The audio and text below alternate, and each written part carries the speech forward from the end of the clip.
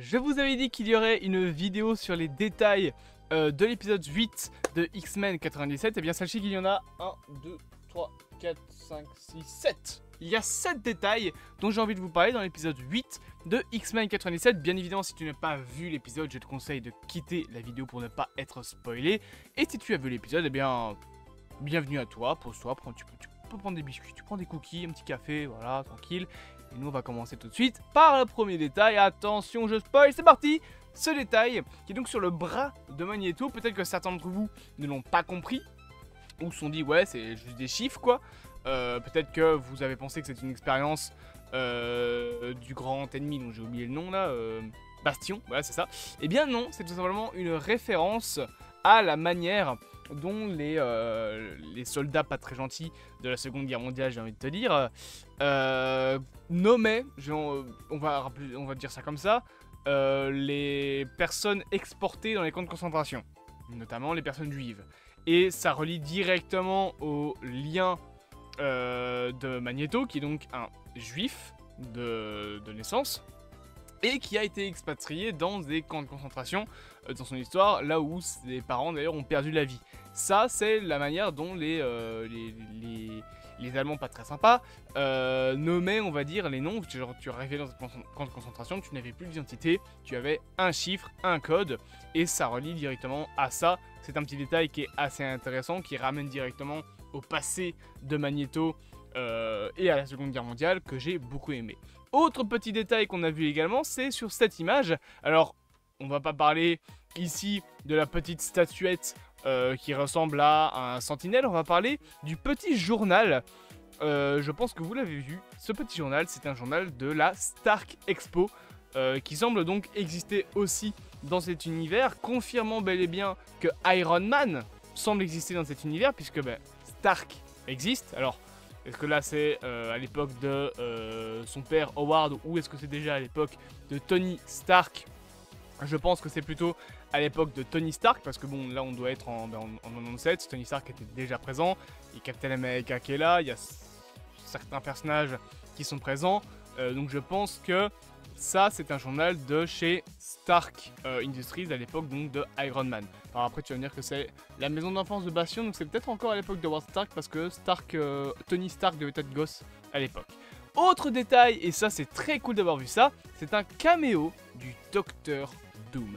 Dans la base de Bastion, il y a des télés sur lesquelles il y a plusieurs visages qui s'affichent. On reparlera d'un autre visage justement par la suite, mais il y a aussi le Docteur Doom qui est présent, qui semble donc manigancer certaines choses avec Bastion également. Est-ce qu'on nous teaserait le retour d'une série sur les 4 Fantastiques en animation? Potentiellement.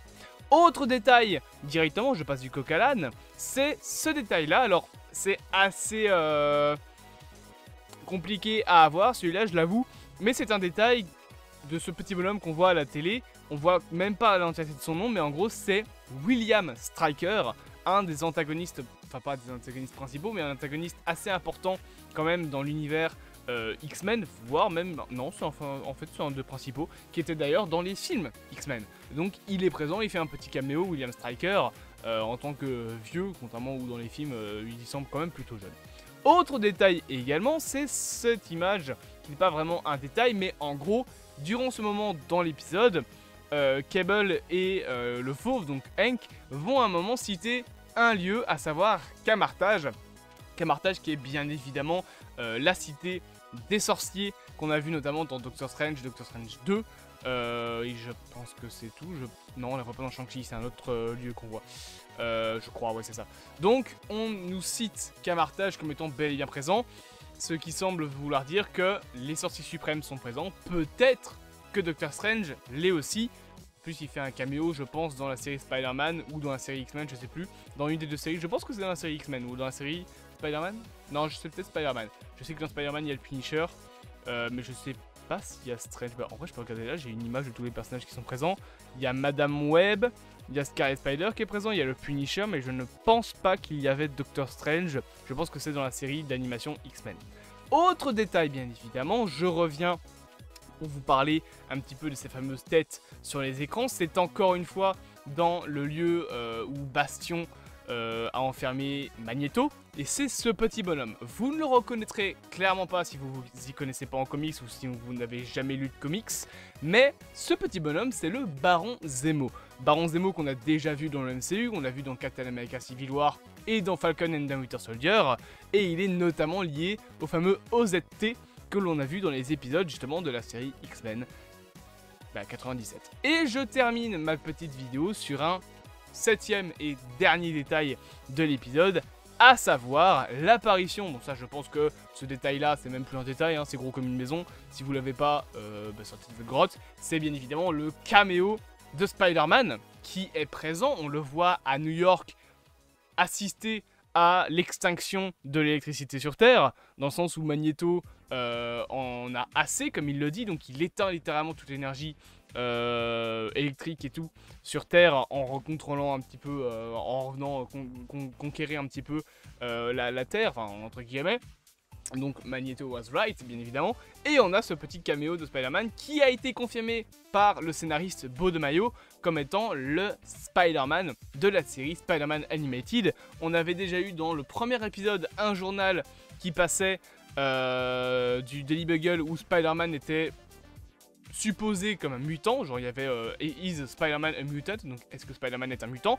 Là on a directement un caméo qui passe de référence à caméo, et c'est le dernier détail dont j'avais envie de te parler. Donc pour résumer, le petit chiffre des camps de concentration sur le bras de Magneto, le journal de Stark, bien évidemment, la tronche du Docteur Doom qui apparaît, bien évidemment, petit William Stryker qui apparaît également, ensuite, Camartage qui est cité, le Baron Zemo et, bien évidemment, enfin, Spider-Man qui nous fait le plaisir de venir nous voir. J'espère donc que cette petite vidéo vous aura plu. Bien évidemment, n'hésitez pas à vous abonner, à partager, à liker, à commenter, à donner si vous vous sentez généreux, à aller dans mon lien en description si vous voulez acheter des vêtements Atsuka avec mon code promo Zaylock pour obtenir 25% de réduction. Je pense que vous connaissez la chanson. Je vous dis à bientôt pour de prochaines aventures au sein de ce vaste multivers.